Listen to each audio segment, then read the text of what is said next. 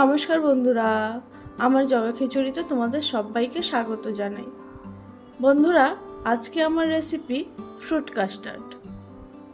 বাড়িতে যদি কিছু ছোটোখাটো প্রোগ্রাম থেকে থাকে বা হঠাৎ করে যদি কোনো গেস্ট চলে আসে আর তোমার হয়তো তাকে কিছু ডেজার্ট খাওয়াতে ইচ্ছে হলো, তাহলে কিন্তু খুব সহজে বাড়িতে এই ফ্রুট কাস্টার্ডটা বানিয়ে নেওয়া যেতে পারে। ফ্রুট কাস্টার্ড বানানো খুবই সহজ এবং এটা বানাতে খুব কম সময় লাগে। তাহলে চলো দেখে নেওয়া যাক আজকের আমার রেসিপি ফ্রুট কাস্টার্ড।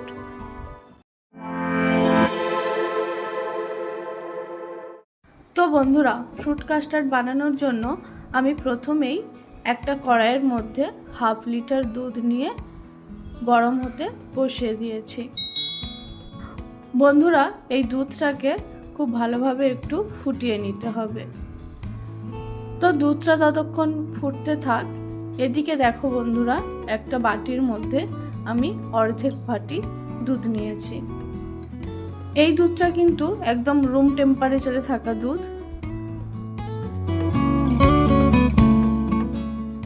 এবার এই দুধের মধ্যে আমি 2 tablespoon vanilla custard powder add করে দেব।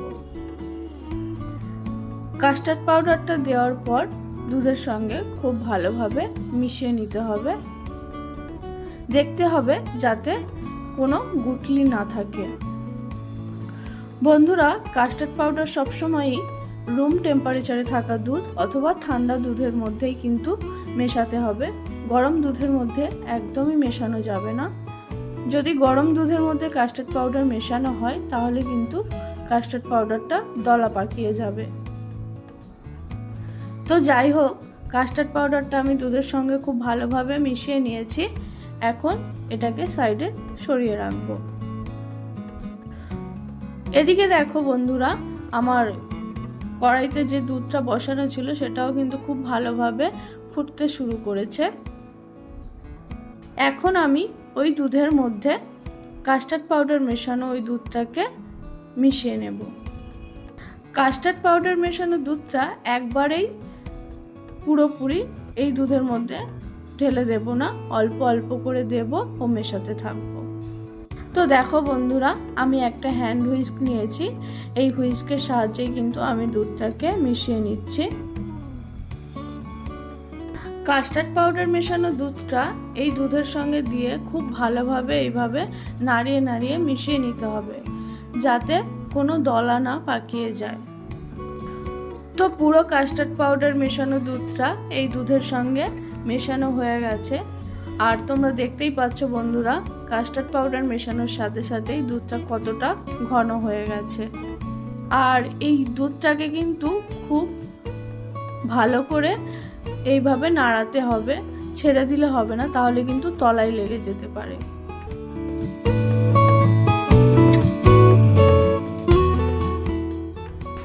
এবার আমি এই দুধটার মধ্যে 2 থেকে 2.5 টেবিল চামচ চিনি অ্যাড করে দেব।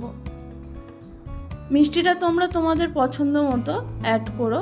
আমি আমার পছন্দ মতোই চিনিটা অ্যাড করলাম। চিনিটা দেওয়ার পর আরও মিনিট খানেক মতো এটাকে ফুটিয়ে নেব, কারণ চিনির থেকেও তো জল ছাড়বে। চিনিটা দেওয়ার পর আরও কিছুক্ষণ ফুটিয়ে নিয়ে গ্যাসের ফ্লেমটা আমি অফ করে দেব।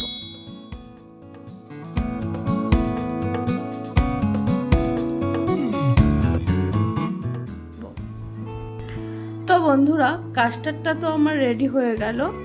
এখন এই কাস্টার্ডের কড়াইটা আমি নিচে নামিয়ে নিয়ে এটাকে কন্টিনিউ এইভাবে হ্যান্ড হুইস্ক দিয়ে নাড়াতে থাকবো।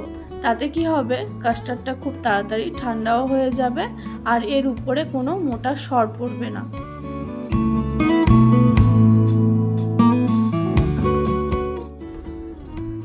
বন্ধুরা, বেশ কিছুক্ষণ সময় নিয়ে আমি এইভাবে কাস্টার্ডটাকে নাড়িয়ে নাড়িয়ে ঠান্ডা করে নিয়েছি। এখন এটাকে আমি একটা কাঁচের বোলের মধ্যে ঢেলে নেব। এবার এটাকে আমি ফ্রিজের মধ্যে 2-3 ঘন্টার জন্য রেখে দেব, যাতে এটা খুব ভালোভাবে ঠান্ডা হয়ে যায়। দেখো বন্ধুরা, 3 ঘন্টা পর আমি কাস্টার্ডটাকে ফ্রিজ থেকে বের করেছি। এখন কাস্টার্ডটা কিন্তু একদম ঠান্ডা। আর এই কাস্টার্ডের মধ্যে দেওয়ার জন্য দেখো এখানে আমি অনেক রকমের ফল কেটে নিয়েছি। এর মধ্যে আছে আপেল, সবুজ আঙুর, কালো আঙুর, বেদানা ও কলা। এই সমস্ত ফলগুলোকে একটু ছোট ছোট টুকরো করে আমি কেটে নিয়েছি। চলো এবার ফ্রুট কাস্টার্ডটা রেডি করে ফেলি। তো বন্ধুরা, ফ্রুট কাস্টার্ডটা বানানোর জন্য আমি অন্য আর একটা কাঁচের বোল নিয়ে নিয়েছি। তোমরা যে কোনো বাটি নিতে পারো, অসুবিধা নেই। এবার এর মধ্যে আমি 3 হাতা মতো কাস্টার্ড নিয়ে নেব। বন্ধুরা, এখানে আমি একজনের জন্য সার্ভ করার মতো ফ্রুট কাস্টার্ড বানাচ্ছি, পুরোটা আমি বানাচ্ছি না। তো 3 হাতা কাস্টার্ড আমি বোলটার মধ্যে নিয়ে নিয়েছি। এবার এই কাস্টার্ডের মধ্যে দিয়ে দেব কুচিয়ে রাখা ফলগুলো।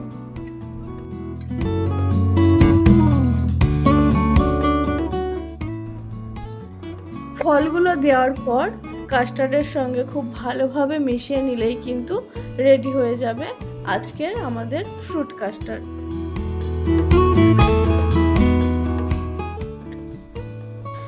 তাহলে চলো বন্ধুরা, এটাকে একটা ছোট বাটির মধ্যে সার্ভ করে নিই।